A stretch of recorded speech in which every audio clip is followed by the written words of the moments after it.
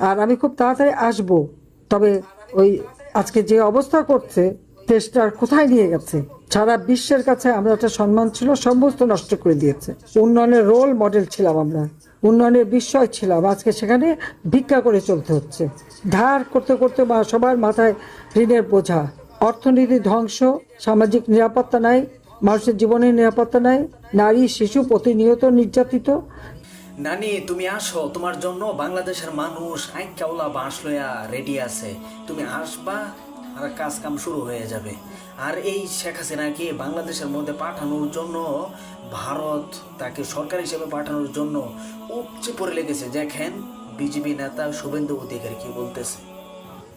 হাসিনা ওয়াজেদ বৈধ প্রধানমন্ত্রী, এরা অবৈধ। হাসিনা ওয়াজেদ প্রধানমন্ত্রী হিসেবেই ঢাকাতে শাহজালাল এয়ারপোর্টে নামবেন, স্যালুট দিয়ে নিয়ে যেতে হবে।